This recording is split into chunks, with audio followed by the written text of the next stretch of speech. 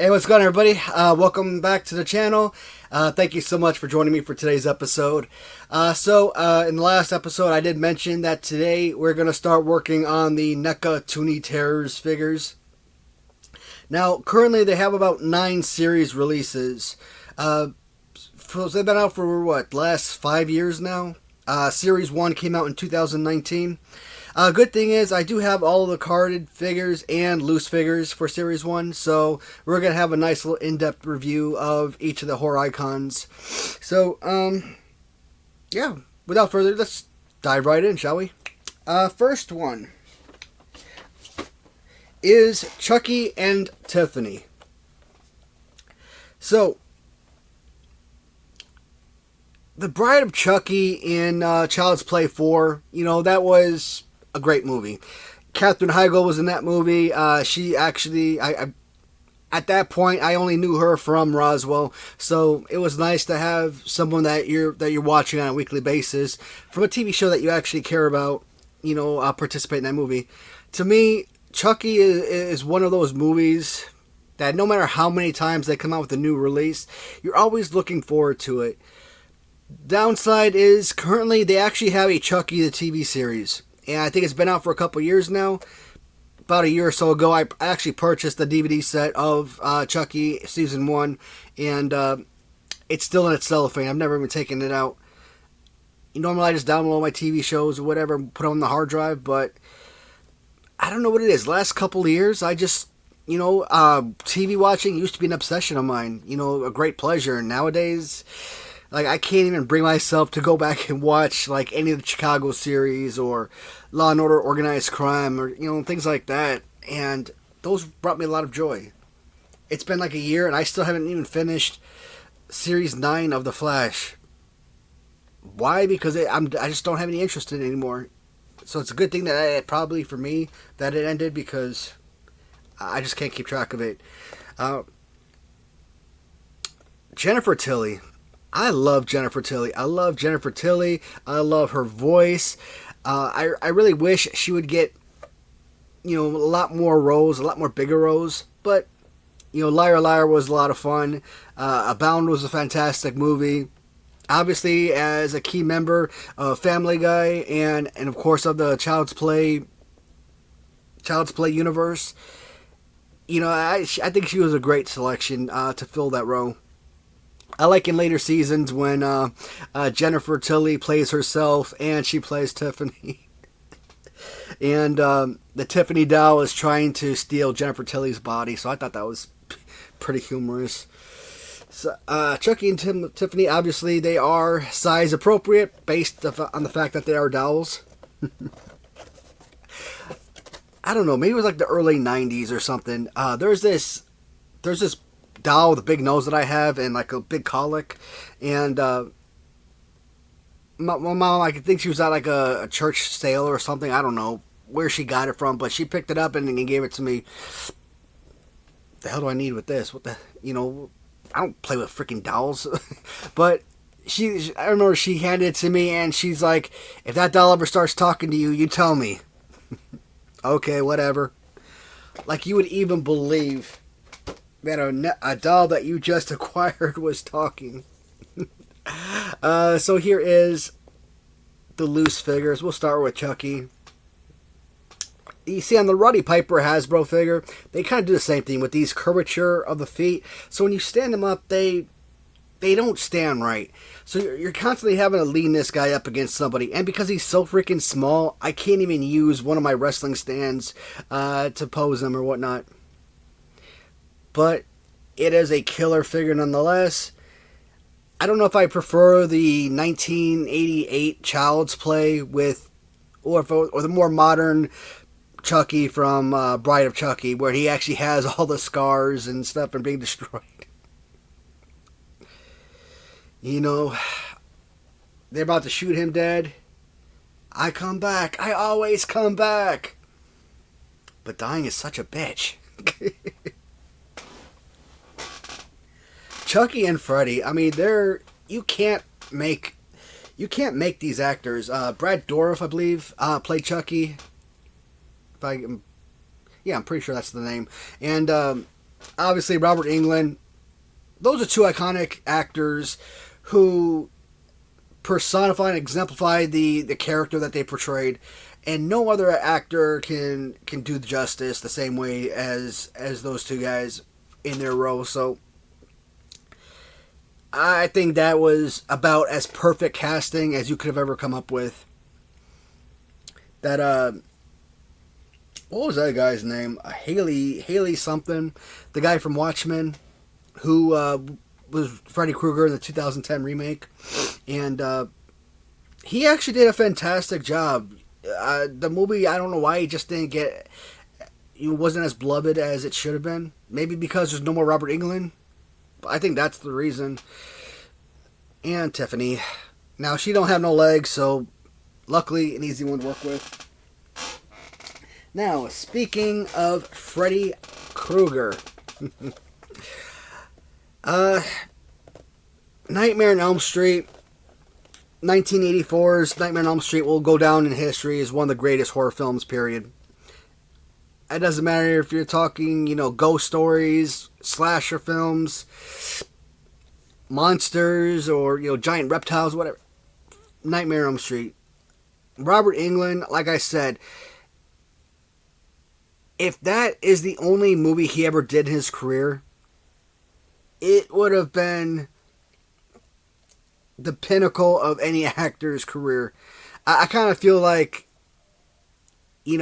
Jack Bauer from 24, Tony Soprano, who's an awesome, I'm trying to think, characters that was a once-in-a-lifetime role type of deal. Dr. House. These are characters that I just don't think you would have gotten the right attitude or personality if another actor was cast in those roles. I'm sure they would have done fantastic, but James Gandolfini and Hugh Laurie, okay, Kiefer Sutherland, these guys were perfect in their roles. I'd have to say that A Nightmare on Elm Street Part 1 is probably the greatest Freddy Krueger movie of all time. Introduction of Johnny Depp, some fun characters, some amazing horror jump scenes. So, Freddy Krueger. Is Freddy my number one favorite horror icon? No, I'm still at a toss-up between Jason and Michael. But maybe I'd say Michael, probably. I think the Halloween movies are in its entirety were better, but one thing I like about this individual figure is at least it comes with a stand, right? Because if you look at his feet, this guy would not be standing on his own. But awesome glove look, burnt face, torn sweater with the fedora. Look at the scars on the side of his face. For such a small statue, there's so many great intricate details that went into these figures, and I am so impressed.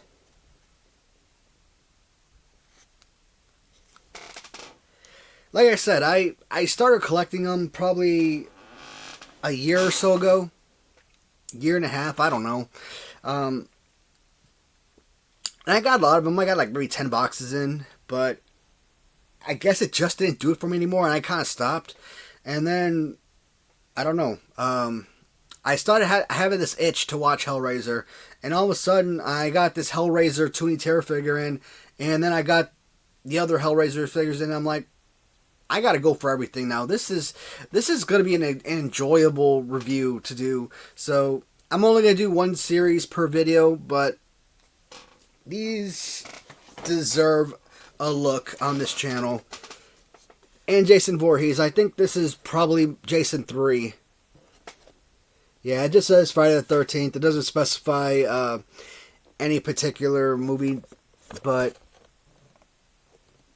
yeah, I kind of feel like this is the third Jason movie. Yeah. Jason 3 is like was like Freddy 2 or Michael 4. Right? Halloween, I said before, Halloween 4 was probably the most watched horror movie ever.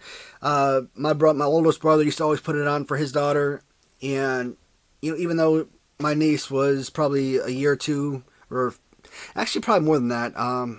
If I was 85, she had to be born sometime between 88 and 90. So, yeah, I don't remember her age exactly, but so she's probably like 4 years old and watching that movie like day after day because he kept putting.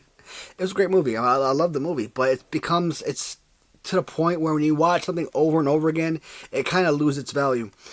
Jason, A Nightmare on Elm Street Part 2, because we had that VHS, we watched that one constantly. We didn't have an actual store-bought VHS. I remember we had a blank tape that was recorded, and we had Friday the 13th Part 3, and that was watched a lot. And I think because I've seen that movie so many times over the course of my life, that Part 3 just doesn't hold value to me. But I think if I were to go back today after not watching it for years, probably decades even, I think I would feel a lot differently about it. And on YouTube, I forgot what they're called. Oh man, I should have brought it up before. Like maybe 6 months ago, I watched this YouTube channel that made these Friday the 13th movies. Now they're low budget, obviously. They're like college kids or small budget company making these movies. And the actor from was it Part 6? I think it was Friday the 13th Part 6. I forget the actor's name, but he actually was like an EMT or something in the videos. And you had Part 1, and it kind of started from like it was like it's like a Star Wars type of deal. Instead of doing 1, 2, and 3, they started with 4, 5, and 6, and then went back to 1, 2, 3. So this actually, the first movie was actually the back end of the events that occurred, where the second movie was the first events. So, it was nice to know how they got there. But I hate when things do that, when people do that. I prefer to just see it in order as it happens. But Jason, again, one of the greatest icons ever.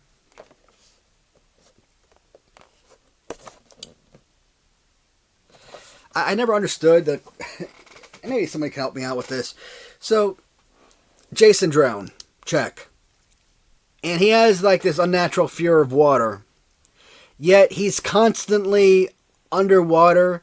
And I'm not talking about somebody throwing a chain around his neck and capturing him and whatnot. Or somebody dropping a freaking raft on you or something and you're trapped under. No.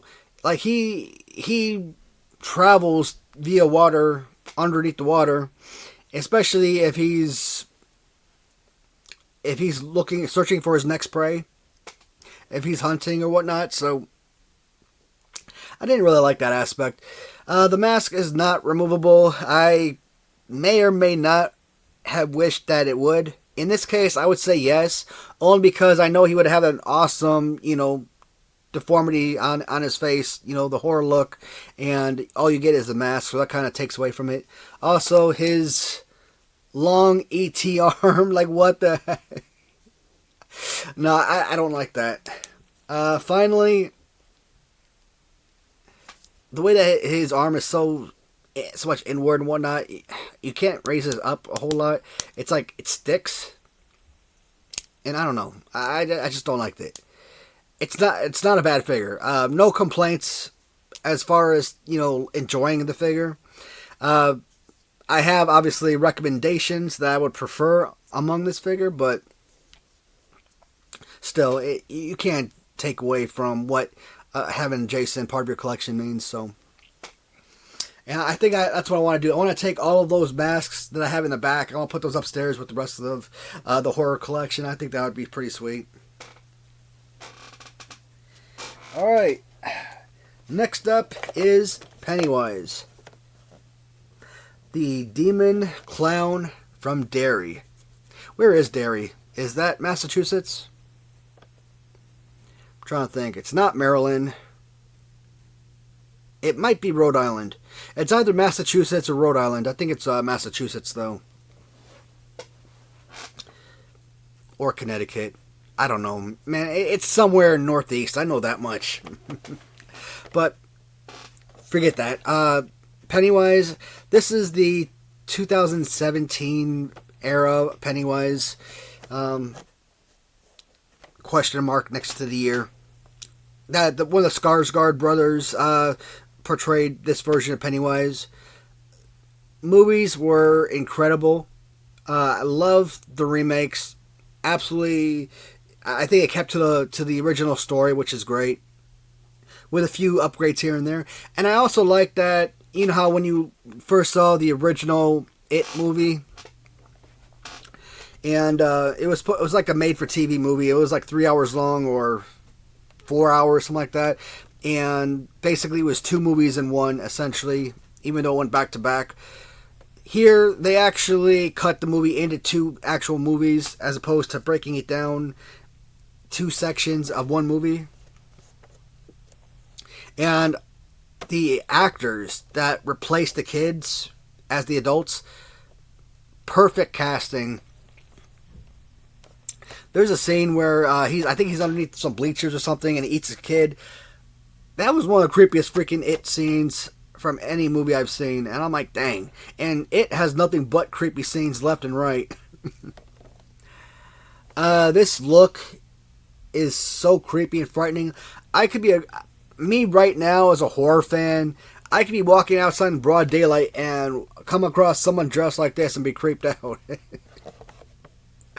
So, really enjoy Pennywise as a member of this collection. Loose figure, again, Pennywise, he looks incredible. What I hate are the feet. Look at the feet.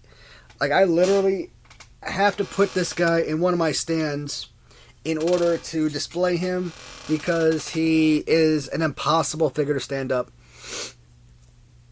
Design has to be something that is focused on from people who create action figures, especially if you know that its intended target is not children, that the intended target is actually adults and adult collectors, more importantly.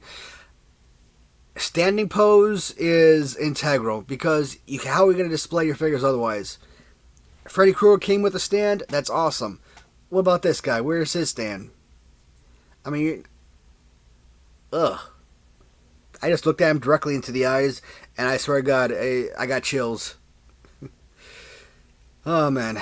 But it is a really solid overall look. He's very Shakespearean with this look. The original It was more clownish. This is, again, more like a Shakespearean jester for a king during, Shakespeare era, 1500s. Last one is another Pennywise. Now, this is the actual Tim Curry 1990s It movie Pennywise. As much as I love the remakes, I still hold a special place in my heart for the originals. And more times than not, no matter what the movies are, originals will normally always be better. Very rarely do remakes impress more than the original movie. Tim Curry is a brilliant freaking actor. When I talk about iconic actors and roles that could really define their careers, I mean, he was already in Rocky Horror, right? That was already a role that defined his career. He already had that under his belt. And then you throw in like comedies like Home Alone 2, you throw in movies, iconic horror characters like Pennywise from It. The man has multiple significant roles in his career. That is so damn impressive. For actors to have one identifiable role could change your life and could really, improve their status as an actor, and to do it multiple times over the course of a career, amazing. Uh, what more can I say about Tim Curry? No, I don't think a whole lot. I like this one obviously a lot better because he is the version I remember from childhood and the one I will always covet as my Pennywise. The figure itself obviously more clownish. I think the remake failed in one respect. Yeah, he's super creepy, but I feel like this would not attract kids as much as the original version would. Now, when his face turns into those razor sharp teeth, all bets are off. But whichever movie you like, whichever figure you like, Pennywise, one of the most iconic horror villains of all time. Alright, so Neca Toony Terrors Series 1 2019 release. 5 figures released in this series. And I'm actually very surprised that there was no Michael Myers released in Series 1. I mean, that's kind of crazy. You got 2 Pennywise. I would have easily held off on Pennywise, the remake Pennywise, for like a later on release, like Series 4, 5, 6, something like that, But, Series 2 is only 3 figures. Series 3 are 4 figures. One of them, or 2 of them, are variants of one another, so technically you could say 3. I don't know if I want to put Series 2 and 3 together. Because I got 3 of each from each series, so that would still make about the same amount of time as we did this video, but I'm probably still going to break it down individually. Series 4 is complete, 5 is complete, 6 is complete. I'm missing Killer Clowns figures from Series 7. Series 8, I'm missing, there's 3 of them. I'm missing Svengali and Vampira. And Series 9 is complete, so that means I am missing 4. I'm missing 4 figures. 5 if you include the one variant, which we really don't have to. Yep, so look at it this way, guys. 9 series, 9 videos. I'll probably do about I'll probably do the first 3 series back to back, and then from there, we might have another video in the middle to break things up, and I'll come back with another 3 days worth of 3 reviews of the NECAs. But as of right now, guys, that does complete the review for today. Thank you so much for watching, as always, and until next time, goodbye, everybody.